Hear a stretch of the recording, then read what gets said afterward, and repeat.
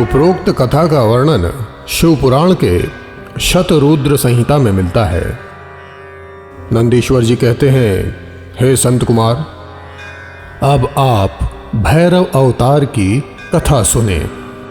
भैरव जी परमात्मा शंकर के पूर्ण रूप हैं। शिव जी की माया से मोहित मूर्ख लोग उन्हें नहीं जान पाते।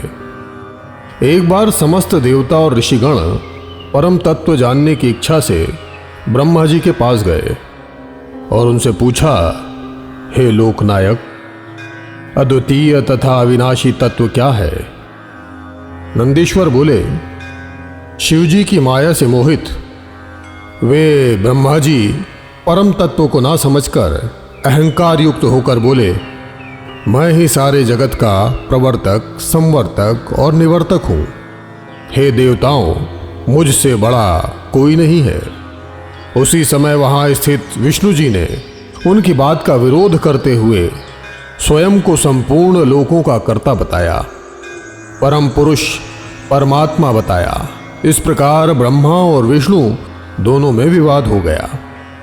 उस समय उन दोनों की इस विवादास्पद बात को सुनकर सर्वत्र व्यापक तथा निराकार प्रणव ने मूर्तिमान प्रकट होकर उनसे कहा, परमेश्वर शिव सनातन तथा स्वयं ज्योति स्वरूप है और ये शिवा उनकी आहादिनी शक्ति है।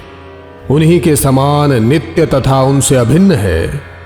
ओंकार के इस प्रकार कहने पर भी उस समय शिव माया से मोहित ब्रह्मा और विष्णु का ज्ञान जब दूर नहीं हुआ, तब उसी समय अपने प्रकाश से पृथ्वी तथा आकाश के अंतराल को पूर्ण करती एक महान ज्योति उन दोनों के बीच में प्रकट हो गई।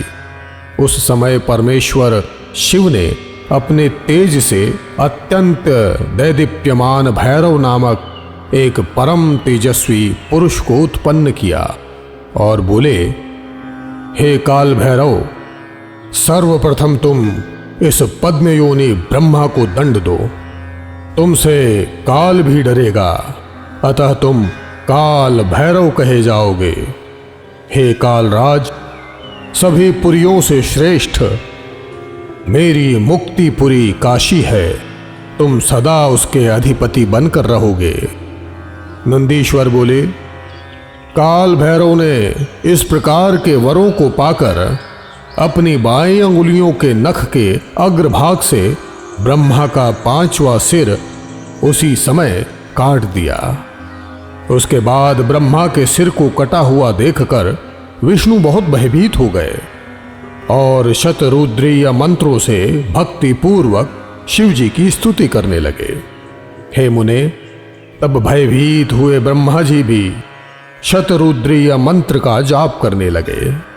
इस प्रकार वे दोनों ही उसी क्षण अहंकार रहित हो गए। अहंकार का त्याग करने पर ही मनुष्य परमेश्वर को जान पाता है। इसके बाद ब्रह्मा तथा विष्णु को अहंकार रहित जानकर परमेश्वर शिव प्रसन्न हो गए और उन प्रभु ने उन दोनों को भय रहित कर दिया। ब्रह्मदेव का सिर काटने के कारण ब्रह्म हत्या भैरव का पीछा करने लगी। भैरव घूमते घूमते अविमुक्त नगरी वाराणसीपुरी में जा पहुंचे।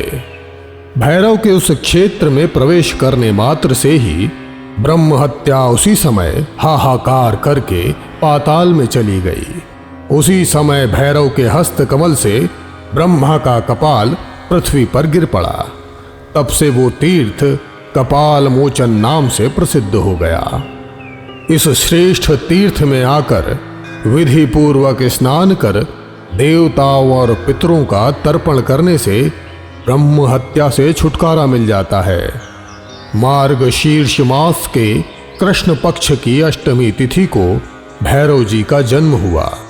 जो मनुष्य इस तिथि को काल भैरव की सन्निधि में उपवास करके जागरण करता है, वो महान पापों से मुक्त हो जाता है और सद्गति को प्राप्त होता है। हर हर महादेव।